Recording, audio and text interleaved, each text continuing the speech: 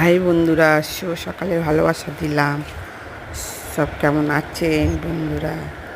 সব ভালো থাকবেন।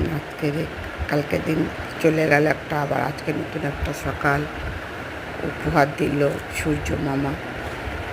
তো যাই হোক, সবাই ভালো থাকবেন। ঠাকুরের কাছে প্রে করে যেন সবাই খুব খুব ভালো থাকে। আমার ইউটিউবার বন্ধুরা যেন খুব ভালো থাকে।